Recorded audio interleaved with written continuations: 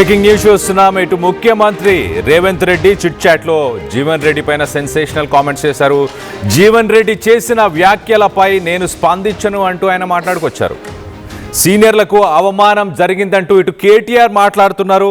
వాళ్ళ పార్టీ నుంచి సీనియర్ నేతలు ఎందుకు వెళ్ళిపోయారో గుర్తు తెచ్చుకోవాలి అంటూ ఇటు ఆల నరేందర్, విజయశాంతి, ఈటలకు వీరందరూ బీఆర్ఎస్లో ఏం ఎదుర్కొన్నారు, ఆ పార్టీలో ఏం జరిగింది, పార్టీలో చేరిన పొన్నాల లక్ష్మయ్య ఇప్పుడు ఎక్కడున్నారు అంటూ సెన్సేషనల్ కామెంట్స్ చేశారు. ఇటు బీఆర్ఎస్లో పార్టీ నేతలకు జరిగిన అవమానం గుర్తులేదా, కేటీఆర్ సిగ్గు లేకుండా మాట్లాడుతున్నారు అంటూ ఇటు కాంగ్రెస్కు రాజీనామా అనంతరం సీఎంపై జీవన్ రెడ్డి సెన్సేషనల్ కామెంట్స్ని ఇటు రేవంత్ రెడ్డి తోసిపుచ్చే ప్రయత్నం చేశారు. బీఆర్ఎస్లో సీనియర్ నాయకులకు ఏం గతి పట్టింది అనేది గుర్తు చేసుకోవాలంటూ ఇటు కేటీఆర్కి అలాగే జీవన్ రెడ్డికి పరోక్షంగా ఇటు ప్రత్యక్షంగా వార్తలు పెట్టే ప్రయత్నం చేశారు. ఇటు రేవంత్ వల్లే పార్టీని వీడుతున్నట్లు జీవన్ రెడ్డి మరో పక్కన ఆయన ప్రకటిస్తున్నాడు. సో మొత్తం మీద కొంత దీనికి సంబంధించి మరింత అప్డేట్ తీసుకునే ప్రయత్నం చేద్దాం. ఇటు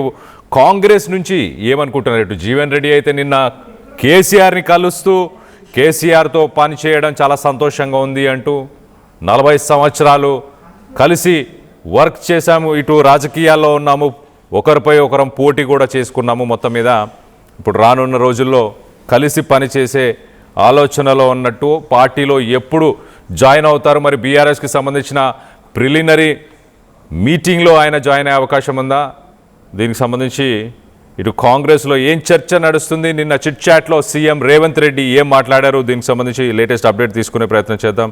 ఇటు మా ప్రతినిధి మధు ఉన్నారు, మధుతో మాట్లాడి తెలుసుకునే ప్రయత్నం చేద్దాం. మధు చెప్పండి, ఇటు రేవంత్ రెడ్డి ఇంకా ఏం చెప్పుకొచ్చారు జీవన్ రెడ్డి గురించి, అంటే సీనియర్లని బీఆర్ఎస్ పార్టీలో వాళ్ళకు ఎలాంటి అవమానాలు జరిగాయి గతంలో ఇక్కడ నుంచి బీఆర్ఎస్ పార్టీలో ఉన్న సీనియర్స్కి అంటూ ఆయన మాట్లాడుకొచ్చారా?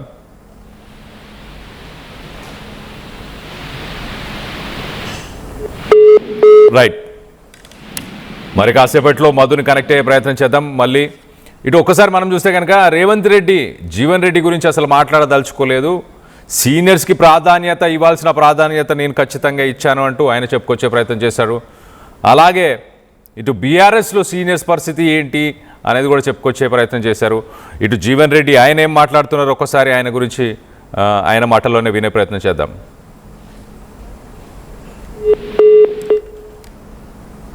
పూర్తి నిలవడానికి అభ్యర్థి చేయడం జరిగింది. దాని ప్రభావం ఒక విధంగా నేను తెలంగాణను వ్యతిరేకిస్తున్నట్టుగా నేను భావన ఏర్పడి 2009లో నేను ఎన్నికల పర్యాయం చూడటం జరిగింది. నాకు 14 పర్యాయాలు బీఫామ్ ఇచ్చిండ్రు.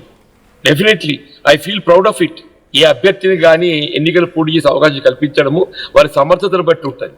సమర్థత లేని వారికి ఏదైతుందో ఏ రాజకీయ పార్టీ కూడా అవకాశాలు కల్పిస్తుందని చెప్పి నేను భావిస్తాను. పార్టీ మారడం అనేది బేసిక్ ఏదైతుందో కాంగ్రెస్ పార్టీ ఏదైతున్నదో వాళ్ళు ఎన్నికలు చేసిన వాగ్దానాలు అమలు చేయలేకపోవటము, వాస్తవంగా ఏదైతుందో వీళ్ళ కేసీఆర్ గారి పాలన దశాబ్ద కాలం ఏదైతుందో 2023లో అంతకంటే బెటర్ పాలన ఇస్తామని ఒక భావన అభిప్రాయం కలిగించి అధికారానికి వచ్చినామే. ఇక్కడ వాట్ హ్యాపెండ్ ఎగ్జాక్ట్లీ వీళ్ళు తిరోగమన చర్యగా చెప్పంటూ నేను ముఖ్యంగా రైతాంగం వారికి కావాల్సినటువంటి ఒక పెట్టుబడి సౌకర్యాలు కేసీఆర్ రైతు బంధు కార్యక్రమాన్ని ప్రవేశపెడితే 2 పంటలు ఎగ్గొట్టిందని చెప్పంటూ నేను ఇప్పుడు 3వ పంట రబీకి సంబంధించి కూడా ఏదైతుందో ఇంతవరకు పూర్తి స్థాయిలో చెల్లింపు లేదని చెప్పంటూ నేను ఇవాళ ఏదైనా కానీ బెటర్ ఆలోచించి ముందుకు పోతామని చెప్పి అంటున్నా. ఇవాళ ఏమైపోయింది, 2.5 సంవత్సరాల కాలంలో కాంగ్రెస్ ప్రభుత్వం ఎన్నికలు చేసిన వాగ్దానాలను నెరవేర్చలేకపోవటమే కాకుండా తిరోగమన చర్యగా ప్రయాణం చేస్తుంటే ఏ పార్టీ ఎవరైనా కానీ అటువంటి పార్టీకి కొనసాగే ప్రయత్నం చేస్తారా? వీళ్ళ కార్యకర్తలు గుర్తింపు లేకుండా ఆయనకి ఏం చేయాలి? బీఫామ్లు ఇవ్వడం సమర్థులకు ఇస్తారా, ఇప్పుడు సమర్థత లేని వాళ్ళకి ఇస్తారా? ఇప్పుడు ఎన్నికల్లో పోటీ చేసే అవకాశం ఎవరికి కల్పిస్తారండి? నేను 6 పర్యాయాలు ఎమ్మెల్యే గెలవడం జరిగింది. ఒక పర్యాయం 96 ఏదైతుందో ఉమ్మడి ఆంధ్రప్రదేశ్ రాష్ట్రంలో కాంగ్రెస్ పార్టీ కేవలం 26 స్థానాలు అవుట్ ఆఫ్ 294 కలిగి ఉన్నప్పుడు ఏదైతుందో ఐ వన్ విత్ 54,000 మెజారిటీ. మరి ఆనాడు కేసీఆర్ గారు ఏదైతుందో తెలంగాణ రాష్ట్ర ఏర్పాటు ఉద్యమ నాయకుడిగా తెలంగాణ రాష్ట్ర ఏర్పాటు కేంద్ర ప్రభుత్వ ఒత్తిడి తీవ్రలో భాగంగా ఏదైతుందో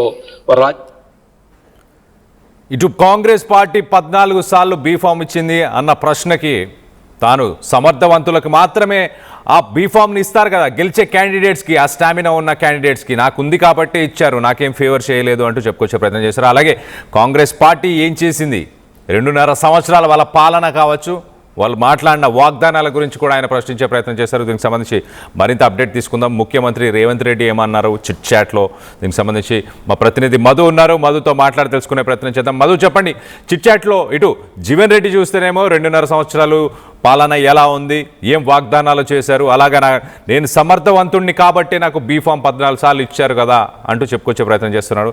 ఇటు రేవంత్ రెడ్డి వర్షన్ ఎలా ఉంది, ఆయనే మాట్లాడారు.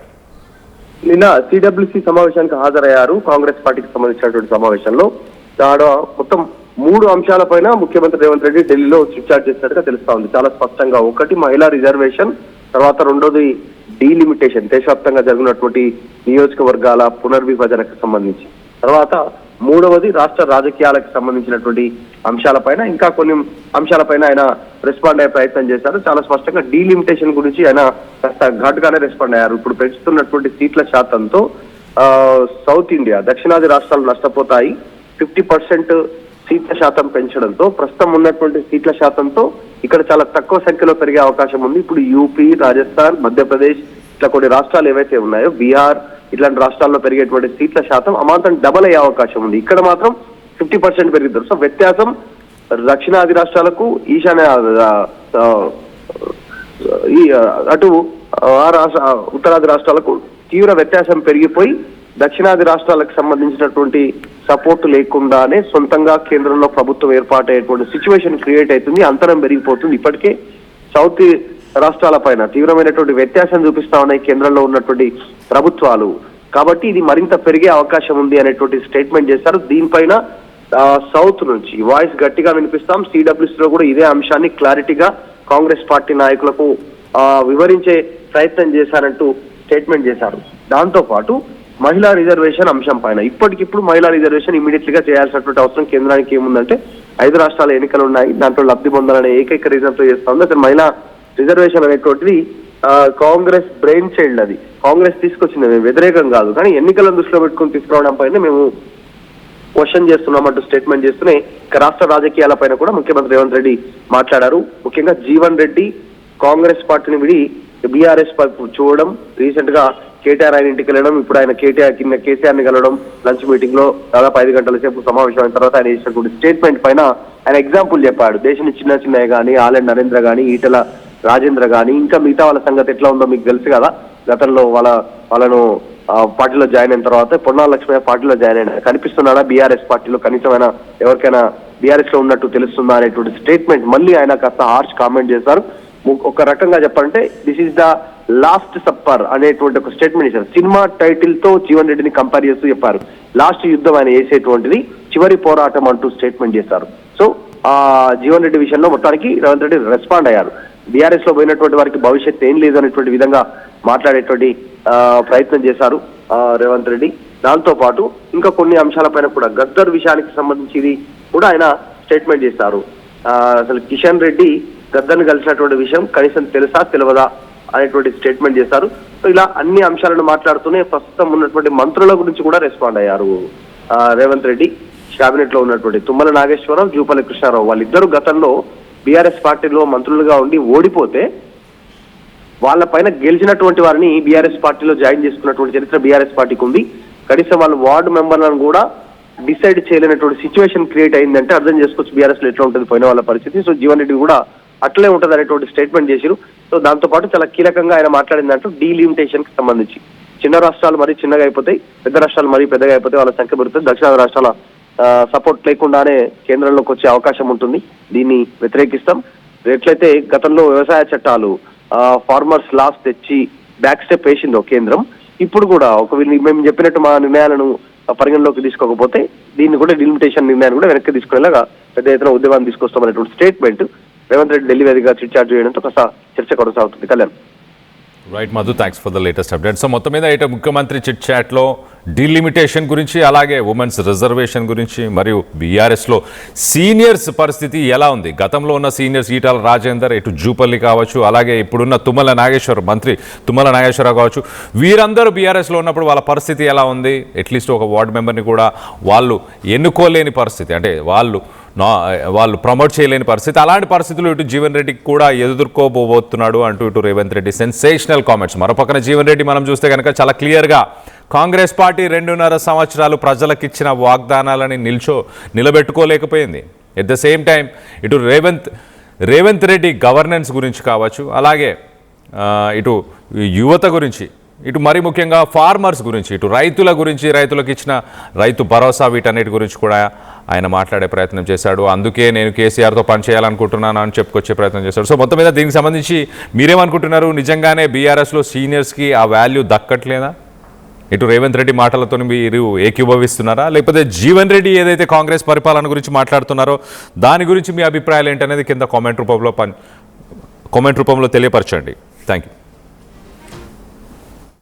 ఇప్పుడు సమర్థత లేని వాళ్ళకి ఇస్తారా? ఇప్పుడు ఎన్నికల్లో పోటీ చేసే అవకాశం ఎవరికి కల్పిస్తారండి? నేను 6 పర్యాయాలు ఎమ్మెల్యే గెలవడం జరిగింది. ఒక పర్యాయం 96 ఏదైతుందో ఉమ్మడి ఆంధ్రప్రదేశ్ రాష్ట్రంలో కాంగ్రెస్ పార్టీ కేవలం 26 స్థానాలు అవుట్ ఆఫ్ 294 కలిగి ఉన్నప్పుడు ఏదైతుందో ఐ వన్ విత్ 54,000 మెజారిటీ. మరి ఆనాడు కేసీఆర్ గారు ఏదైతుందో తెలంగాణ రాష్ట్ర ఏర్పాటు ఉద్యమ నాయకుడిగా తెలంగాణ రాష్ట్ర ఏర్పాటు కేంద్ర ప్రభుత్వ ఒత్తిడి తీవ్రలో భాగంగా ఏదైతుందో వారు రాజీనామా చేసి పోటీ చేశారు. అప్పుడు ఏదైతుందో కాంగ్రెస్ పార్టీ మరి నన్ను 2 పర్యాయాలు వారితో పోటీ నిలవడానికి అభ్యర్థి ఎంపిక చేయడం జరిగింది. దాని ప్రభావం ఒక విధంగా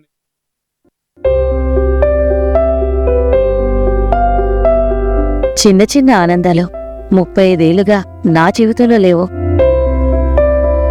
35 ఏళ్లుగా నేను డైపర్లలో బ్రతికాను. 6 సెంటీమీటర్ల ఫిస్టులా నా మూత్రాశయంలో లీకు కారణమైంది. ఎవరూ నాకు సహాయం చేయలేకపోయారు. ఏఐఎన్యూలో వైద్యులను కలిసే వరకు అక్కడ వారు రోబోటిక్ శస్త్రచికిత్సతో నాకు పరిష్కారం ఇచ్చారు. వారు నా ఆత్మవిశ్వాసాన్ని కూడా తిరిగిచ్చారు. Precision Care makes it possible. The Center for Robotic Surgery at AINU